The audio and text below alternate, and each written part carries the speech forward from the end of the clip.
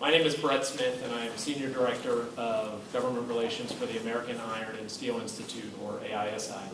AISI serves as the voice of the North American steel industry in the public policy arena and advances the case for steel in the marketplace as the preferred material of choice. AISI is composed of 22 member companies, including both integrated and electric arc furnace steelmakers, and approximately 125 associate members who are suppliers to or customers of our industry. AISI member companies represent over 3/4 of both the United States and North American steel capacity. Steel and other manufacturing industries are the backbone of the U.S. economy. A strong manufacturing sector creates significant benefits for society, including good-paying jobs, investments in research and development, essential materials for our national defense, and high-value exports. A robust steel industry in America is critical to leading the domestic economy. Our AISI members are doing everything they can to reduce their energy usage as well as their environmental footprints, and have been doing so for at least the past 2 decades. The domestic steel industry has voluntarily reduced its energy intensity by 28% since 1990, while reducing its GHG emissions by 33% over that same period. In fact, data presented by the U.S. Department of Energy recently showed that the steel industry in the U.S. has the lowest energy intensity and second lowest CO2 emissions intensity of any major steel producing country. Nevertheless, the production of steel is inherently energy intensive, as energy typically accounts for 20% or more of the cost of making a ton of steel. The industry consumes substantial amounts of electricity, natural gas, coal, and coke to make our products. Though maintaining affordable and reliable sources of these energy sources are critical to the international competitiveness of our industry. Steel producers in America are currently under substantial challenges from international competitors. The American steel industry is once again facing a surge in unfairly traded imports from multiple countries.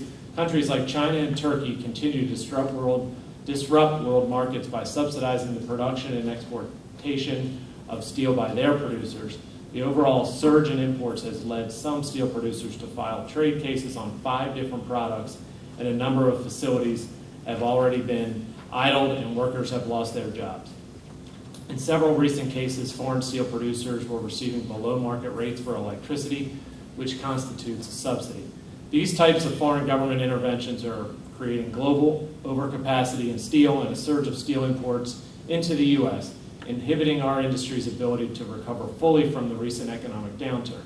For the steel industry operating in the U.S. under tight margins with substantial subsidized competition from overseas, policies that raise energy costs on domestic companies threaten our competitiveness.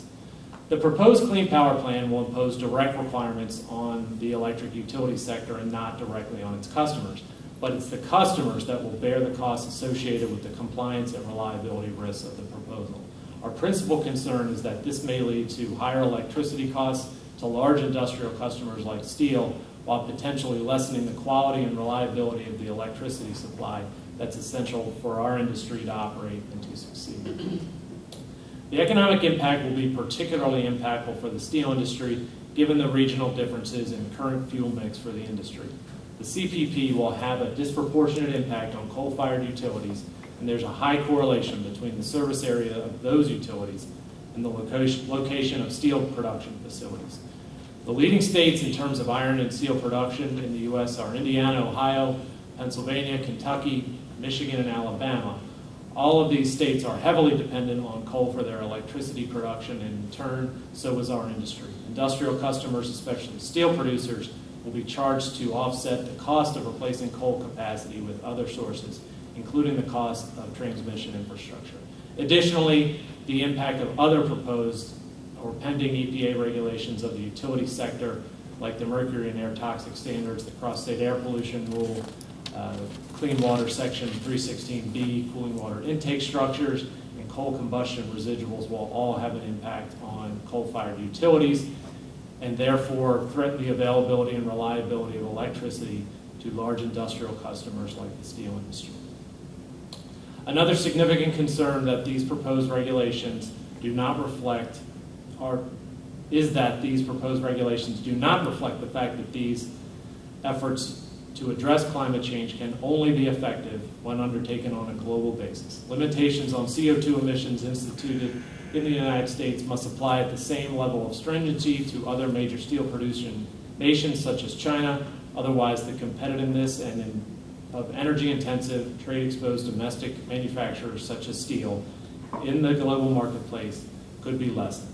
The end result will be that steel production and manufacturing jobs will shift to other nations with weaker, less costly regulations where steel production is less energy efficient and more environmentally harmful.